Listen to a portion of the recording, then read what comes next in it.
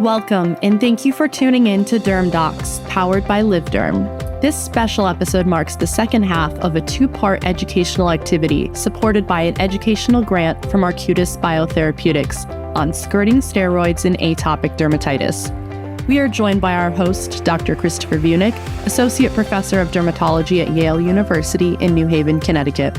This second and final segment, Don't Go Chasing Flares, New Therapies and Expert Strategies for Long-Term Control, features expert dermatologist Dr. Jonathan Silverberg, Associate Professor of Dermatology and Director of Clinical Research and Contact Dermatitis at the George Washington University School of Medicine and Health Sciences in Washington, D.C. Please note that the faculty speakers in this episode will reference slide content, which is available for download in the description section of this podcast episode and at livederm.org. I want to welcome all our listeners to part 2 of a very exciting educational activity on skirting steroids in atopic dermatitis. This is a program supported by an educational grant from Arcutis Biotherapeutics.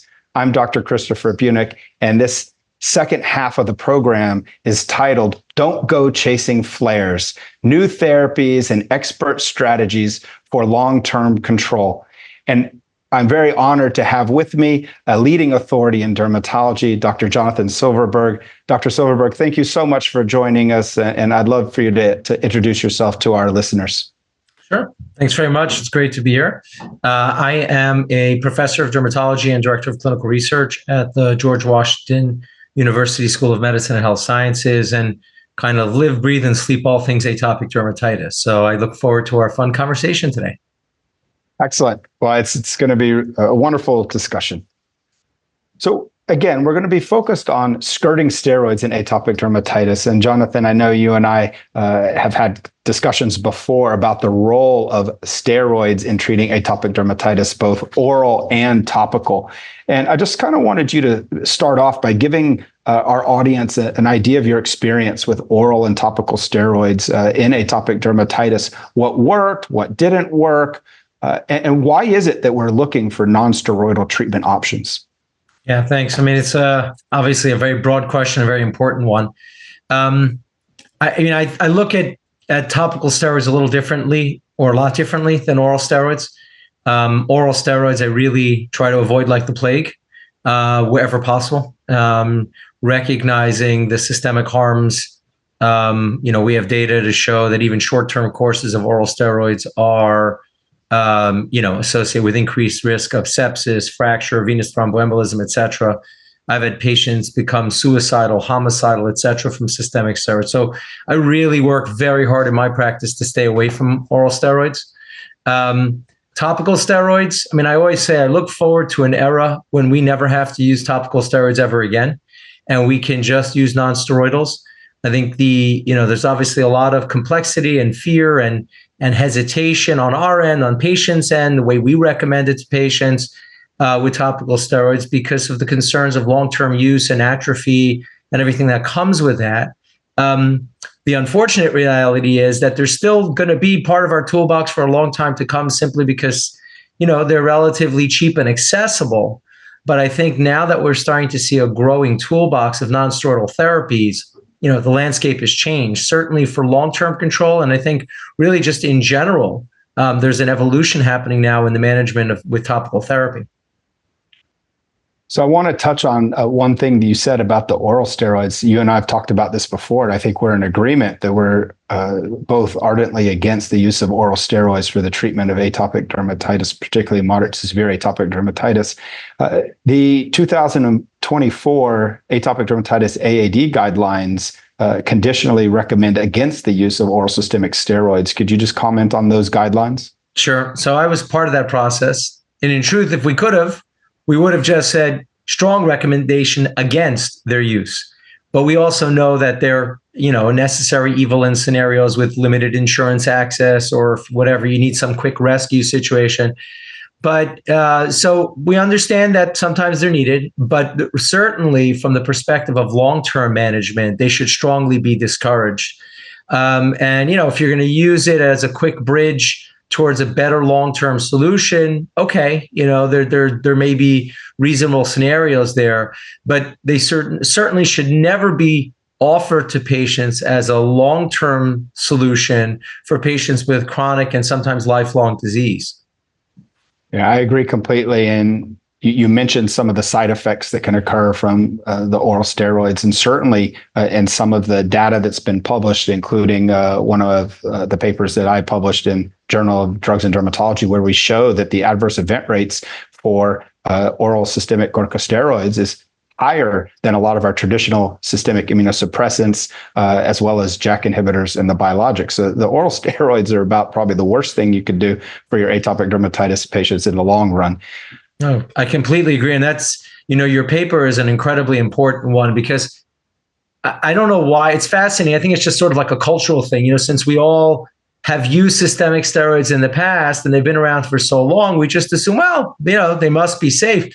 The data always look terrible around the safety of the systemic steroids. It's not like it's anything new, but to then contextualize that against our newer therapies, a lot of times then when the new therapies come out, our docs start to look at them, oh, they look so scary, not realizing that the stuff they're using now has a far worse safety profile. So I think it provides a lot of important context.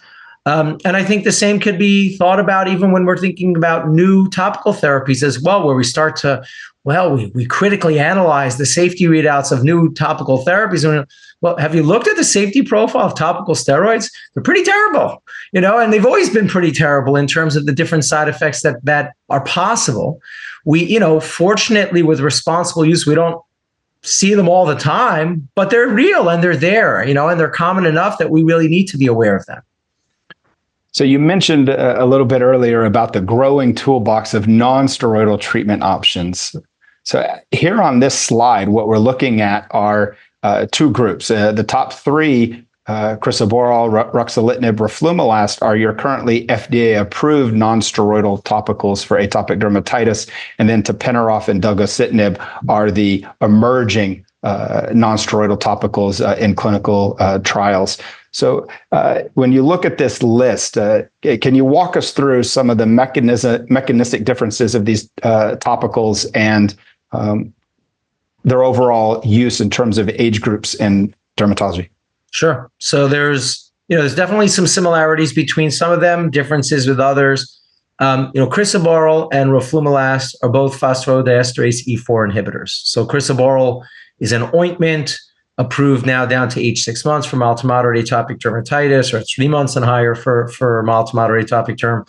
And this is one that was approved now, I think it's about 6-7 years ago, and one that we've used already for quite some time. Roflumilast is the newer kid on the block, so to speak, amongst those PD4 inhibitors, and an important addition to our toolbox. And we have approval down to age 6 years now. We also, of course, have approval in psoriasis as well. Topical ruxolitinib is a topical JAK1, JAK2 inhibitor cream. And I should also note that roflumilast is a cream, a nice, elegant vehicle, not sort of a thick, greasy ointment. And then ruxolitinib is a topical JAK1, JAK2 inhibitor as a cream formulation. Delgocitinib is under investigation, but this is a pan-JAK inhibitor, also as a cream. And then we have topical tapinarof, which is really a more novel mechanism, I think, for us. We now have it approved in psoriasis. We expect to have it approved imminently for atopic dermatitis. And this is an aryl hydrocarbon receptor modulator. And it's a novel pathway. This is different than your conventional sort of immunomodulators or immunosuppressant mechanisms, but one that has shown very nice efficacy in clinical trials as well. So that's something to stay tuned for. But right now, the big three that we have approved would be crisaborole, ruxolitinib, and roflumilast. Yeah, and I'd like to just point out with the tapinarof that we reflexively think of drugs or medicines as inhibitors, but just to clarify, tapinarof is an agonist, not an inhibitor. So sometimes I'll hear in different educational activities referring it to as an aryl hydrocarbon inhibitor or antagonist. And actually, it's the opposite. It's an agonist. And there's still, to my knowledge, a lot of uncertainty and active research in trying to understand the aryl hydrocarbon receptor pathway and its role in controlling inflammation. Absolutely. Okay. So what we're going to do now is sort of walk through each of these medications and talk about some of their data, some of their strengths, and how they can be used in patients with atopic dermatitis. So we're going to start with topical ruxolitinib. As Jonathan mentioned, it's predominantly a JAK1/2 inhibitor. And in clinical trials, one of the main trials that has the data is the TRUE AD1 and 2 trials. This had over 1,200 patients aged 12 and up. And the primary endpoint was around 8 weeks. And two different strengths were studied, the 0.75% and 1.5%. And ultimately, it was approved in the 1.5% cream for twice daily use as needed. So, Jonathan, if you could walk us through on the right here on the slide, we're looking at different treatment successes, whether it's IGA, EASI-75, EASI-90 from these trials. What do we learn from these data about topical ruxolitinib?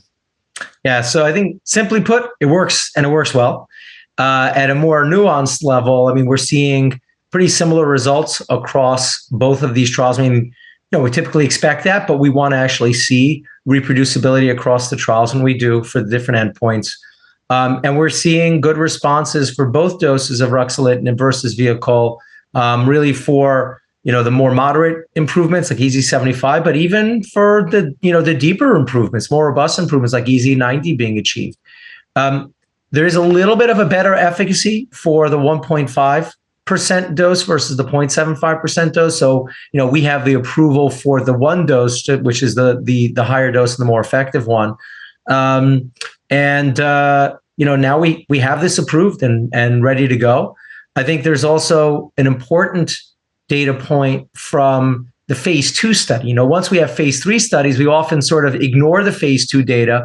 But in the phase 2 data, they, aside from a placebo control, they also had an active comparator with topical triamcinolone cream as a mid-potency topical steroid, and found that the ruxolitinib was actually more effective, considerably so, than the triamcinolone cream. So I think that becomes a very important data point for us to kind of think about where it relatively fits in terms of comparative efficacy in the toolbox.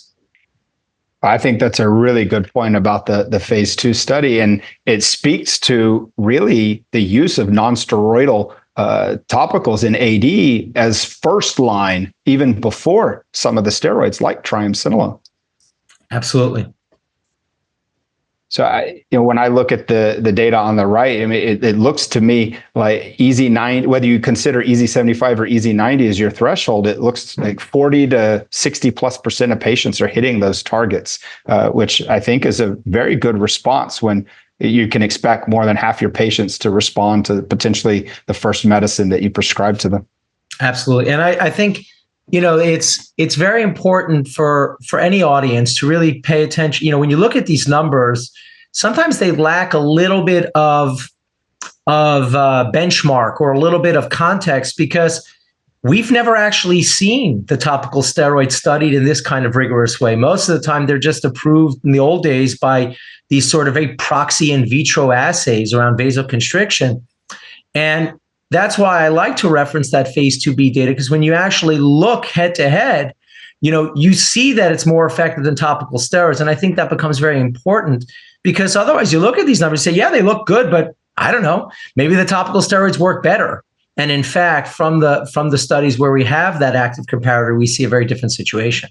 So still focusing in on the ruxolitinib cream, this is a abstract or poster that was presented at your meeting, the Revolutionizing Atopic Dermatitis meeting, but this was back in 2023. And what it's really looking at is getting at the itch reduction that also occurs with ruxolitinib. You and I have talked about that in AD, there's this emerging paradigm that it's not just good enough to control the skin disease, but it's also important to reduce the itch and other symptoms that compromise quality of life. And obviously itch being one of the big ones. So here on the left, we're looking at the reduction in kind of your peak pruritus NRS score. Can you walk us through kind of what we're seeing and maybe the rapidity with which ruxolitinib is helping itch? Yeah, I mean, the speed here is quite impressive. What you're seeing is this really rapid reduction in terms of the peak pruritus numeric rating scale scores. And already within the first few minutes, you're seeing this improvement. And I think that's important because there's been a broad discussion around the role of the JAK mechanism in not just inflammation, but in itch in of itself. Right? We know that the JAK1 pathway plays an important role in mediating signaling for IL-31, and there's other intersections with itch with the JAK pathway. So here, when we see that very rapid response, what that tells us is it's not just an improvement of itch secondary to the reduction of inflammation, but there seems to be a very direct effect on itch that's happening pretty quickly for a subset of patients, almost instantaneously. And that's I think a very important feature to be aware of. And you don't want to overpromise to all your patients, but it is worth discussing when you're offering the potential value of a therapy to patients. Yeah, I agree that this is a remarkable, quick, within potentially 15 minutes, a statistically significant reduction in itch. And the data goes on to show that the peak reduction in the itch occurs around 4 hours. So even this early reduction in itch, the ruxolitinib is continuing to improve upon that even further up to hours later. I think that this speaks volumes to how powerful a non-steroidal topical can be for treating atopic dermatitis. Yeah, absolutely.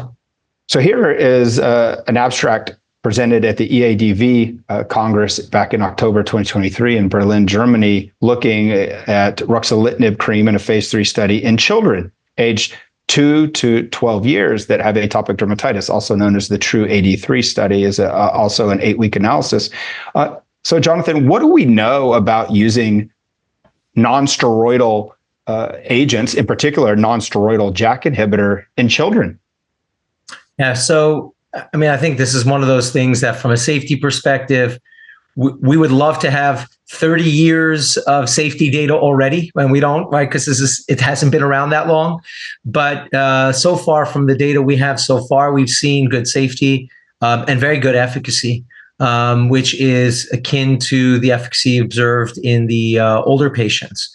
So I think we have now sufficient data to make us comfortable in terms of use, but keeping in mind that, especially in the US, when you look at the label, right, there are some, labeling concerns that come up around the class. The FDA has kind of like drawn a line in the sand and labeled the topicals with some of the same concerns that the systemic JAK inhibitors have. So as much as the safety are overall reassuring, it's still a conversation I think that should be had with patients.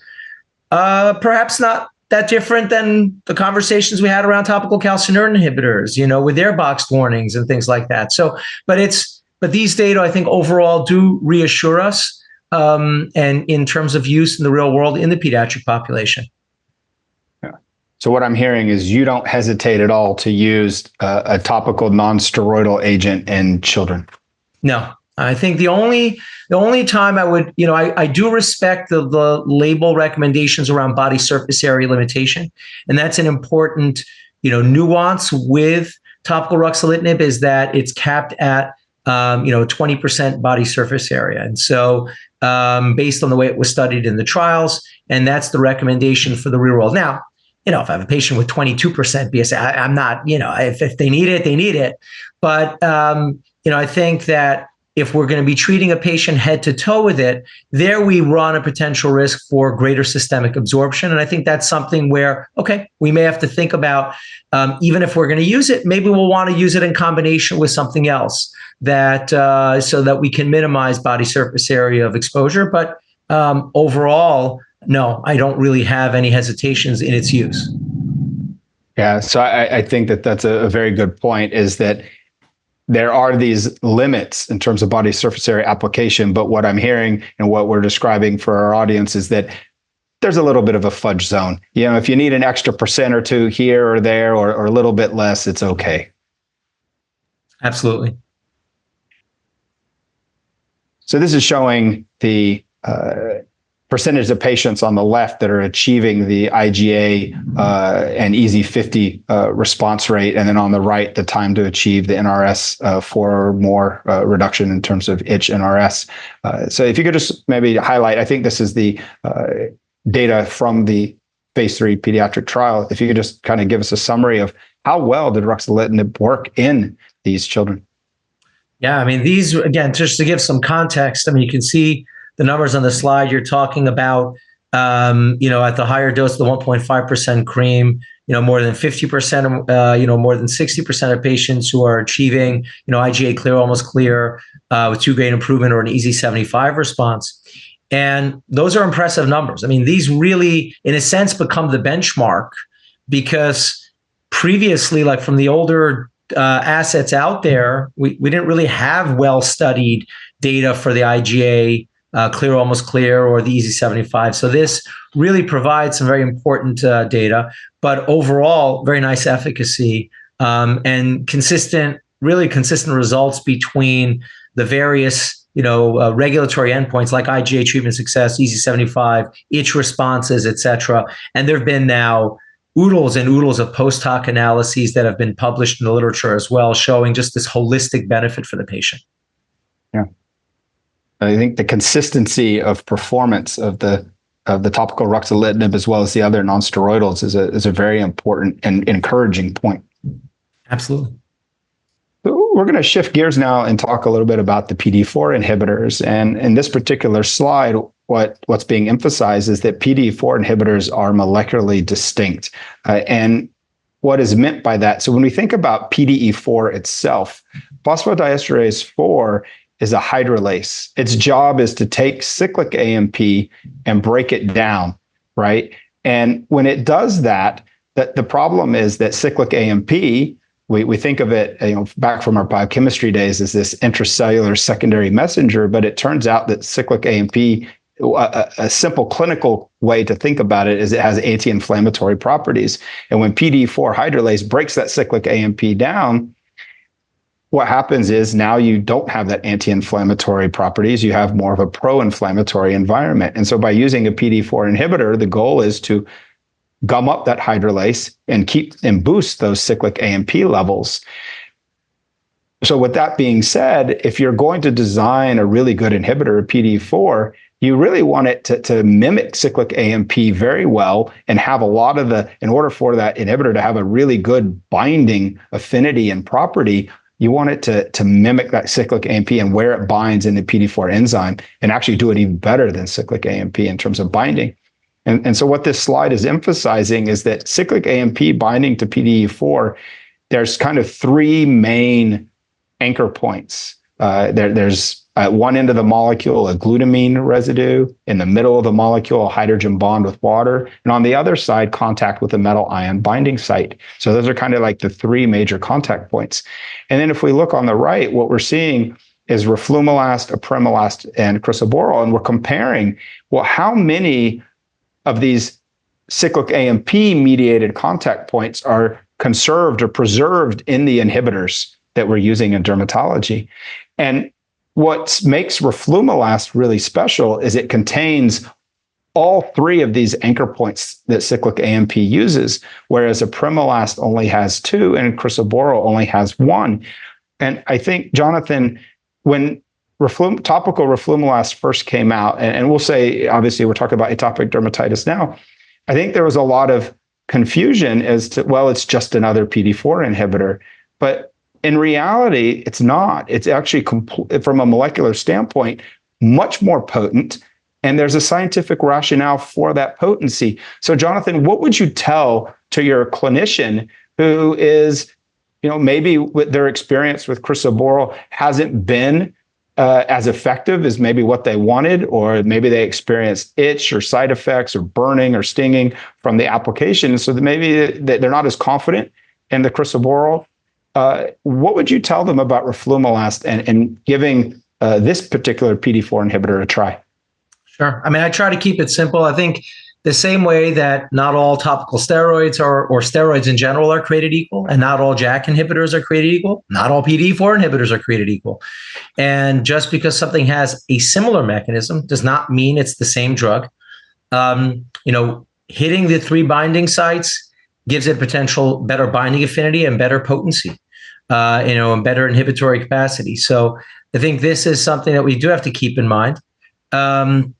And I would say, aside from just differences at the molecular level, there's also major differences in terms of the vehicle, in terms of cream versus ointment, cream for roflumilast, ointment versus for crisaborole, but also even in terms of the ingredients within the vehicle are different as well. Where roflumilast, the manufacturer was very deliberate to try to avoid known contact allergens and irritants in the formulation, because we know how sensitive patients with atopic dermatitis skin can be. So this is something I think that's very important. And we expect there, because of that, to be a better tolerability profile and a more elegant, better patient preference with the cream than with an ointment formulation.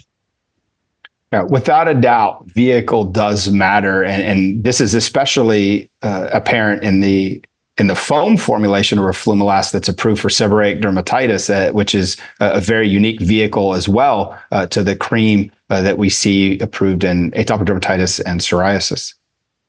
So let's walk through a little bit of the roflumilast data here. So here we're looking at the Integument open label extension trial. It's a 52-week trial, phase 3, again, multi-center open label extension, adults and children greater than or equal to 2 years of age that have atopic dermatitis. And what you're seeing is the Integument 1 and 2 trial as well for the 24-week cohort, 359. Then we're in the full 52-week cohort. Jonathan, if we could take a look and walk us through the design of this trial and what we're looking at in terms of the endpoints for roflumilast cream and atopic dermatitis. Yeah. So first, just to think about who these patients are, right? So this is a patient subset of mild to moderate disease. So no severe. The minimum body surface area 3%. So it's a low minimum, but on the other hand, there is no maximum. And so when we look at the baseline characteristics, some of these patients are pushing, 90% BSA, which many of us would say is probably more severe, but officially it's a trial for mild to moderate disease and a minimum EASI score of 5. So this is a broad range of patients with respect to, the characteristics for topical needs. Now, in terms of the trial design, so we've got sort of two phases of this. We've got the Integument 1 and Integument 2, which are placebo-controlled, randomized trials for, patients ages 6 and up. So you've got children and adults within there. And then you've got the Integument pediatric study, which is looking at a little bit of a lower dose of the roflumilast. So for the Integument 1 and 2, they looked at the 0.15% cream, whereas for the pediatric study going down to age 2 to 5, they looked at the 0.05% cream versus a matched vehicle. Now that initial randomized period is a 4-week study. And that's, the primary endpoints at week 4. But then the patients had the ability to go into the open label extension study. Now, open label extension studies are very important in general from a safety perspective. But here in particular, there's a very interesting design that allowed them to sort of go off therapy, use it to, treat the initial, any issues that come up. And then if they get to clear, they would then potentially be able to stop that and then see or I should say, go to a maintenance dose, which is this BIW dosing, twice weekly proactive dosing, and see how they do. And then if they, how long they can prevent flares that way. And then after that, or at any point through that period of the study, if they, if they had a flare up, they would then go back to using it the reactive way, right? That daily approach. So this is very important data because it's very much in line with really how our guidelines, and certainly the European guidelines, position topical use, right? We've got the reactive approach, using it to treat a flare. But in those patients with chronic disease where they're prone to flaring, we'd also want to know how well can it prevent those flare-ups for long-term control. And so we're getting to see both of those features probed in that open label extension study. Now, the endpoints are pretty conventional now in the world of clinical trials in terms of IgA responses and EASI responses and itch responses, et cetera. But there's, that study design is quite novel and important to contextualize the longer term, prevention or maintenance of response. Yeah, and one of the great things about having a non-steroidal topical is that you don't really have to worry. Like, the patient is able to take control or feel empowered to control their disease when they're able to use their medicine when they need to, and not fear overuse of a topical steroid, for example. Absolutely. And I will say, I've always been a big proponent of proactive therapy, and I'll encourage my patients to use proactive therapy, even with topical steroids. But I can't state enough how reluctant patients are to use proactive therapy with topical steroids because they're concerned about the long-term use. And I get it. So here you've got the ability and that flexibility to use it daily, to use it twice weekly, not have to worry about it. And I agree, as a small molecule, you can take a drug holiday if you don't need to use the medicine at all. I mean, that flexibility is really crucial to simplify clinical practice. So here are the baseline patient demographics from the trial. What we're looking at is just on the roflumilast 0.15%, and then in the middle column to the vehicle on the right, that just sort of kind of standard what you'd expect. The mean age was around 20 years old in the study. It ranged from about 40% or so patients in the 6 to 11 year group, about 30% in the 12 to 17, about 25 to 26% above 18 years of age. About 56% were female, about 82% were not Hispanic, and 62% white. There was about 13% black, and then 14.4% Asian. So there is a really good representation here of some different races. In terms of Fitzpatrick skin type, 44% were between 4 and 6. So I think that this particular evaluation of topical roflumilast did a really good job of spanning different races and skin types. And in terms of just disease severity, I think that about 75%, 3 out of 4 were considered moderate on the IGA scale. And I think that speaks to the severity of the patients that are being treated and how well the patients responded, even though you mentioned that the body surface area had to be 3% or greater. We can see that the average for the patients treated with roflumilast was around 14% of the body surface area, compared to about 15% for the vehicle. But that's still a pretty significant body surface area amount. And the average itch in these patients was around 5.5 to 6, and the easy above 10. So I think that this is still a population of patients. Would you agree, Jonathan, that has pretty moderate and significant atopic dermatitis? Yes, I mean, for sure. So in terms of the long-term safety, Jonathan, can you sort of walk us through, what do we know about the safety of topical roflumilast? Yeah, I mean, it's been pretty unremarkable overall, in a good way. We haven't really seen any new safety concerns picked up in the long-term extension trial compared to the initial feeding studies. Everything's been pretty mild to moderate. The only thing that comes up, and it's a pretty low rate, is maybe a little bit of headache, but really not much to speak about. The tolerability has been quite good in the trials, and this was something that was watched a little more closely because of our original experience with crisaborole and burning. But fortunately, we haven't really seen very much, and so this is quite good. So obviously, we'd love to see even more long-term safety data come out from the real world over time, but really nothing at all concerning here, which is obviously a wonderful thing. Yeah, I think it's a really good point to emphasize about the tolerability. And I think that goes back to what we were talking about earlier about the vehicle. The vehicle, this roflumilast, is very unique. It's very well designed to help minimize irritation and promote tolerability. And also, again, we talked from a potency standpoint and a molecular standpoint that all PD4 inhibitors are not created equal. Well, that extends to the safety, and that's sort of what we're getting at here, that the tolerability is I would say off the charts. It's high. Yep. Okay, so let's get into some of the clinical response data. So here, Jonathan, we're looking at topical roflumilast and looking at the proportion of patients that are achieving kind of an IGA of clear or almost clear. So what did we learn about the ability of topical roflumilast to achieve clear or almost clear? The data look good. I mean, we saw already from the initial 4-week studies, very nice separation for both of the doses, or depending on which of the studies feeding in, for roflumilast compared to the vehicle comparator. And already within, the first week or two, seeing some nice, good, clinical responses there.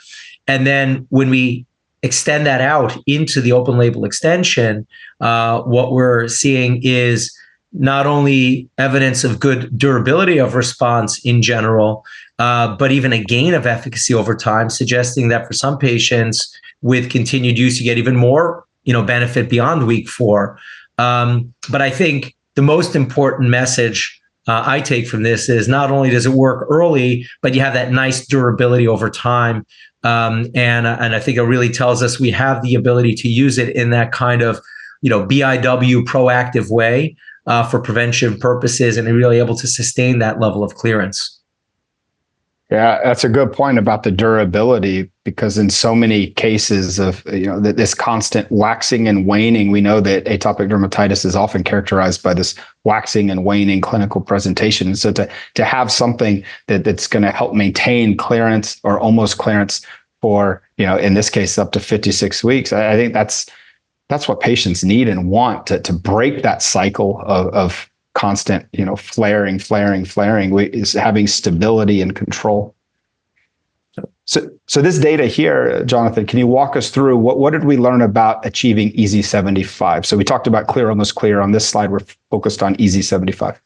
Yeah, I mean, it's a pretty similar story overall to the IGA. I mean, EASI-75 is a little bit of an easier endpoint to achieve in terms of sort of moderate clinical improvement, whereas the IGA clear, almost clear tends to be more of around an EASI-90 response in like that moderate to severe patient population, maybe a little less concordant in the mild population. But what we see is a similar pattern overall, that across all the different treatment arms that fed into the open label extension, regardless of where they were coming from, we're seeing nice clinical responses there, early responses, but again, that gain of efficacy over time, even beyond week 4, nice durability, and all the way out to week 52 and beyond. Yeah, I mean, roughly around 66% of patients, right, achieving EASI-75 and maintaining it at over a year. That's really good. Absolutely. Here are some clinical pictures looking at the response of topical roflumilast. We sort of see in the upper left, we're looking at an IGA score of 3 on the wrist of a patient, and seeing that sort of even by week 1, Jonathan, you talked about that quick onset of action, and you're sort of seeing week 1, week 4, week 8. I mean, it's working quick, it's early and sustained. And then it sort of continues on all the way out through 52 weeks.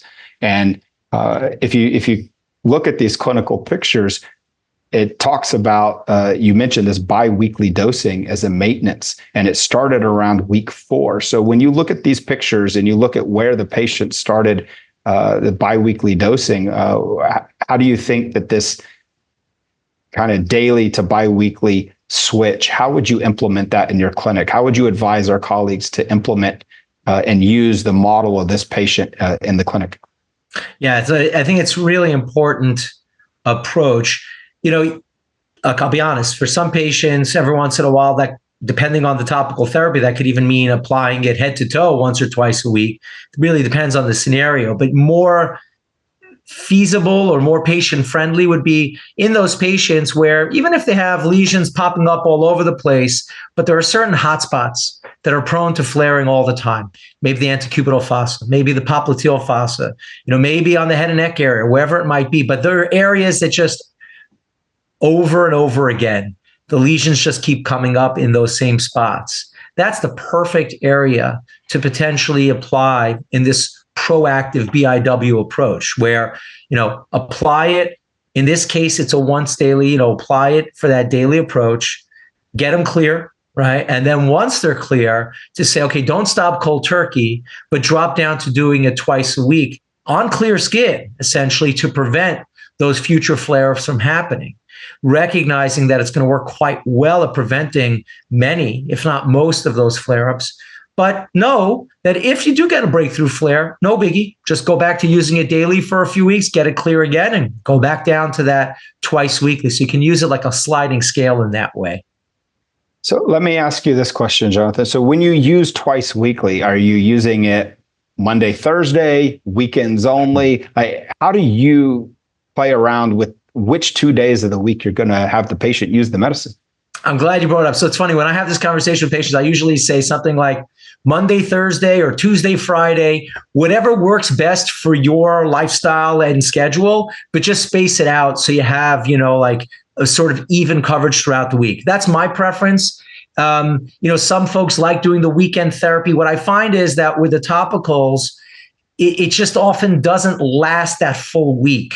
And so by spacing it out where it's like maybe, again, Monday, Thursday, or Tuesday, Friday, you've got that nice even coverage throughout the week. And that tends to give a more stable response over time. So with the conclusion of that segment focused on the currently approved non-steroidal topical agents, let's now shift gears and talk about some of the emerging non-steroidal topical agents, the tapinarof and the Ruxolitinib. With topical tapinarof, we're going to cover a study where 813 patients were randomized to either tapinarof or vehicle once daily for 8 weeks. And there were 2 parallel trials here. The primary endpoint was IGA 0/1 and a 2 grade or more improvement at week 8. Both of these trials with tapinarof actually met the endpoint. And we're seeing some of the data here. 45% versus only 13.9% in the first trial, and 46.4 to 18% versus in the second trial. Again, tapinarof versus vehicle, both statistically significant. And as Jonathan mentioned, the EASI-75 responses with tapinarof were a little bit easier response to achieve, and that's why you're seeing around 56% versus 23% and 59 versus 21% for the 2 parallel 8-week trials. Overall take-home point, though, is tapinarof is appearing very successful in achieving IGA 0/1 with the 2 grade or more improvement, and EASI-75 at very high levels with a large delta between the placebo. So on this slide, Jonathan, can you talk a little bit, again, here we're about the difference, the separation between the tapinarof response to vehicle? Yeah, I mean, we're seeing pretty consistent results across these 2 identical, randomized phase 3 studies.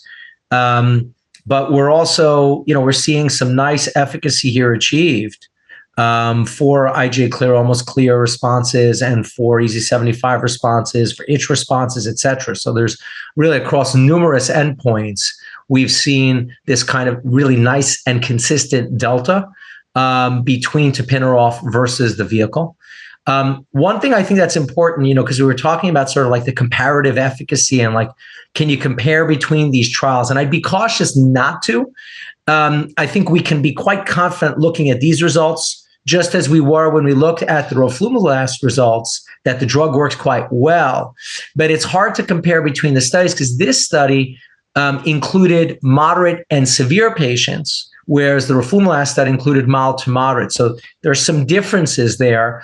And, that has impacts in sometimes wonky ways on how these different metrics, the outcome measures work and perform. So I think we can look at these data and say, that looks nice, but I would just say, don't try to make any comparisons because you may be overreaching there.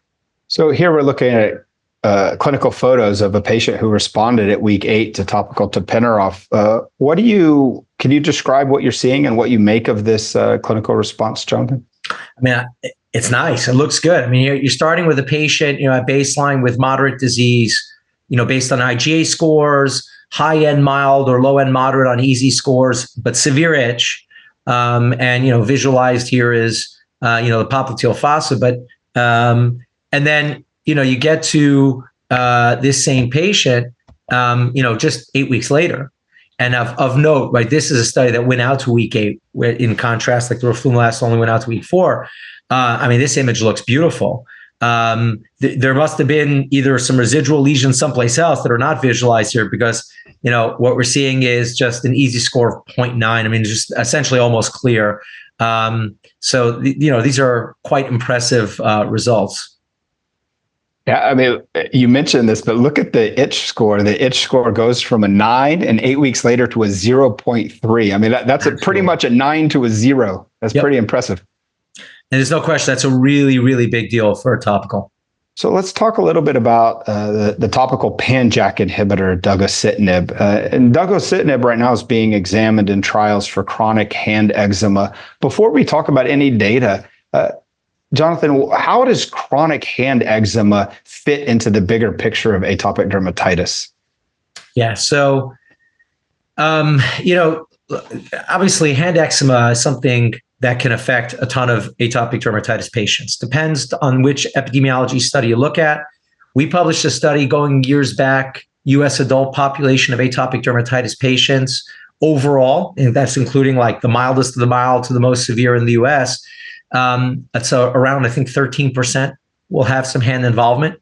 But the more severe the atopic derm, much, much higher likelihood of having hand and or foot involvement. So this is a very common occurrence in our atopic dermatitis patients.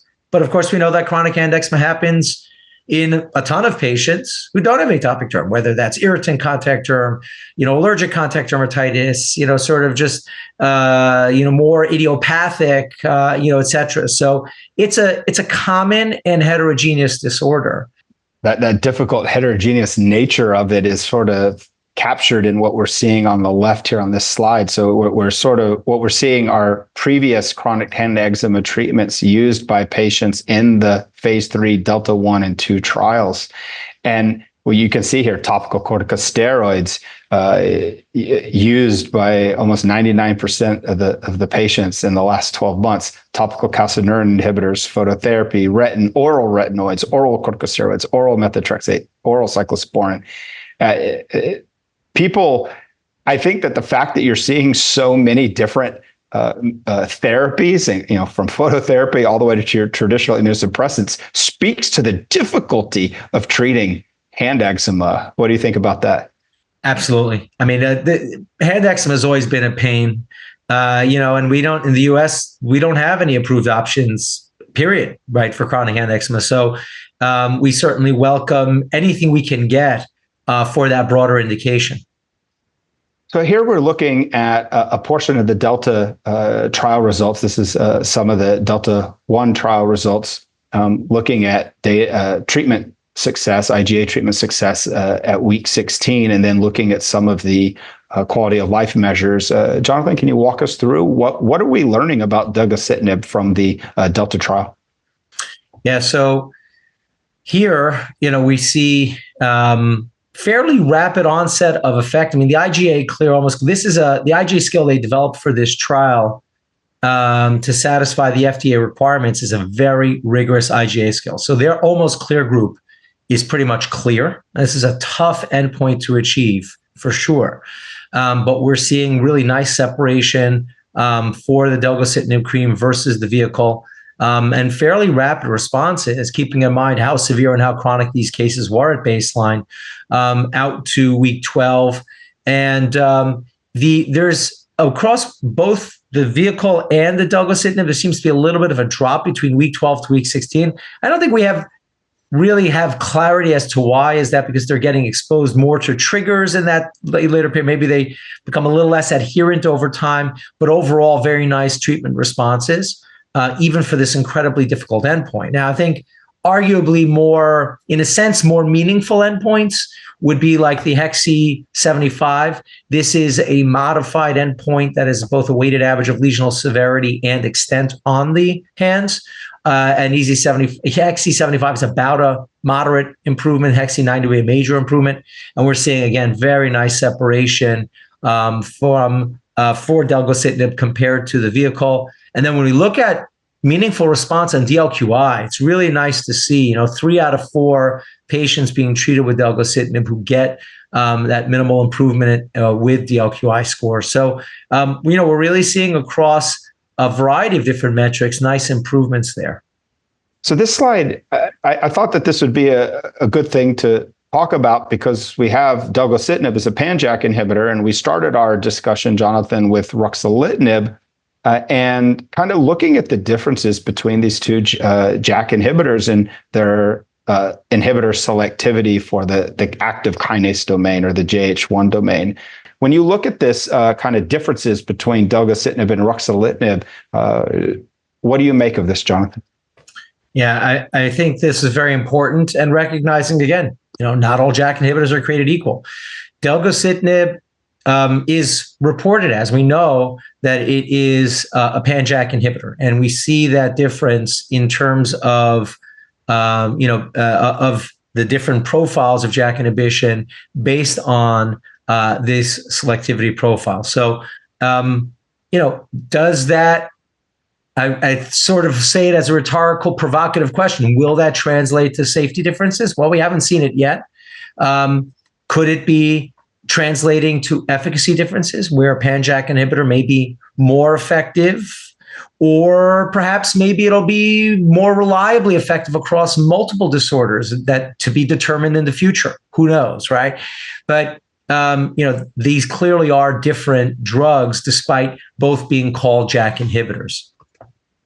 I think that's very well said, Jonathan. And we talk about in dermatology now these molecular endotypes. We have obviously different types of hand eczema, different disorders that can all be lumped under chronic hand eczema. But the truth is there could be underlying molecular endotype differences, and you wonder whether the selectivity profile will ultimately come into play down the road.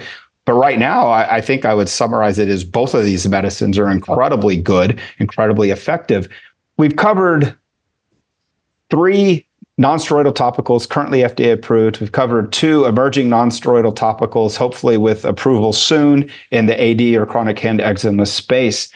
So how do we put all this together, Jonathan, for our colleagues? So all these dermatologists and nurse practitioner and PA providers, everyone caring for dermatology patients, what's the right patient to use these different agents in? Do you have a algorithm or a way to guide our listeners onto which agent to use when and which patient?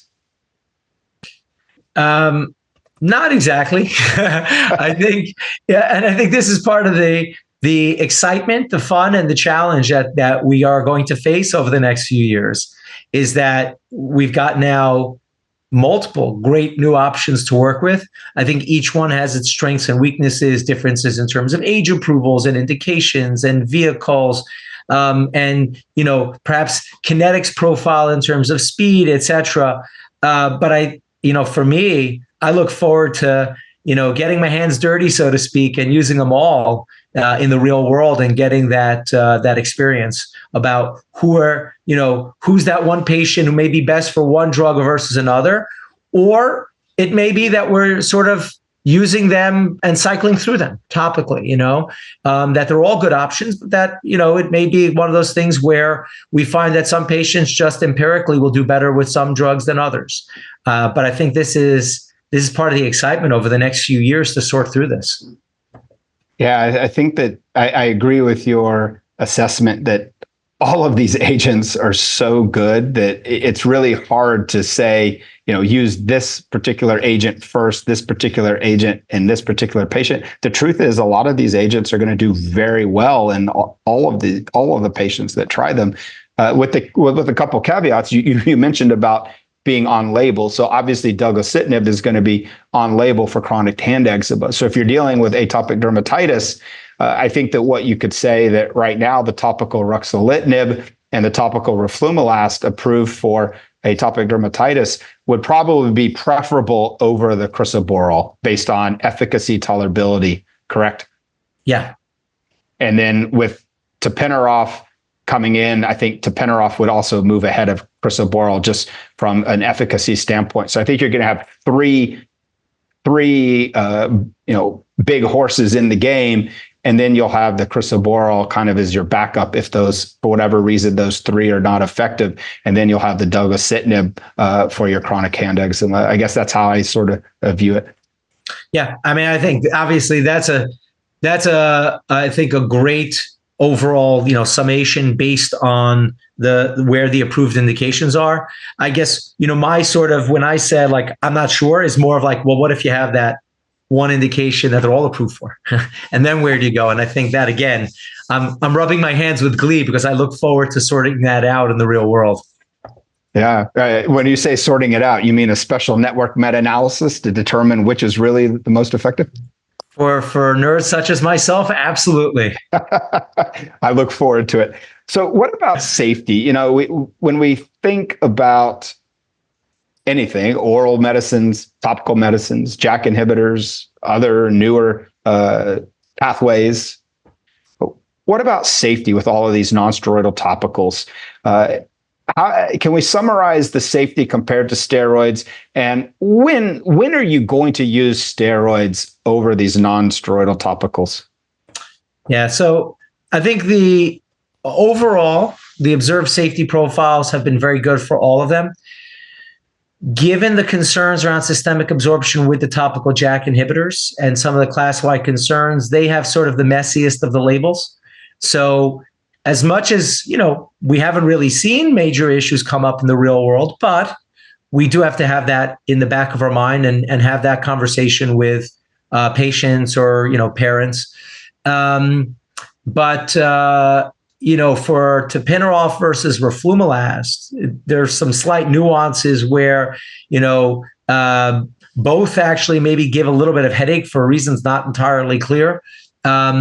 The tapinarof may have a little bit more folliculitis as an adverse event, but in truth, these are both so well tolerated and with a good safety profile. So I think from a safety perspective, we're quite reassured. So let me ask this final question here: How do you target the treatment regimen to achieve long-term control, not just chasing flares, right? I think we touched on it a little bit with some of this biweekly dosing, but what's your strategy in clinic using non-steroidal topicals to not chase flares, but to really give our patients a long-term, durable control? Yeah, I mean, the big thing is really trying to apply that proactive therapy. That, twice weekly dosing, whether it's twice a week, whether it's 3 times a week, whether it's once a week, but really recognizing some patients won't need that and they can get by with using it, just once daily, getting clear, and they might stay clear for months on end and not need it until the next flare. Whereas other patients, you could just tell usually by the history that they've had so many flare-ups sequentially that it's going to be a good idea to build that in. And certainly there's value in discussing trigger avoidance as well in terms of things that set them off and so try to help them avoid those things. But from a medication perspective, there's a lot of value in that proactive approach. So I want to thank you, Dr. Silverberg, for your time and input in this very timely and relevant discussion. I think non-steroidal topicals or non-steroidal world is a very hot topic right now. Do you have any last key takeaways you'd like to leave with our audience today? I think it's just what an exciting time. And, we once had a really barren landscape with nothing new. And it's really nice to have multiple new options for us to play with in the sandbox, so to speak. But I think this is really exciting because this new innovation is really, ultimately improve our patient care, improve patients' lives. But these are really options that we can feel comfortable using, and I think we'll have great success with in the real world. Yeah, I agree with you. I think that boom that got you and I excited about the biologic space, the oral, JAK inhibitor and systemic therapy space, that same boom has come to the non-steroidal topical therapy. And we've been craving it for decades, and it's finally here. And so I want to thank you again, Dr. Silverberg, for all your incredible insights. To all our listeners, If you need more resources and want to stay connected with updates on atopic dermatitis treatment, please visit the LiveDerm website and stay tuned for future podcast episodes on Derm Docs. Thank you so much. Thank you for listening to our expert faculty discuss their clinical pearls for skirting steroids in atopic dermatitis. Stay tuned for more episodes of Derm Docs coming soon.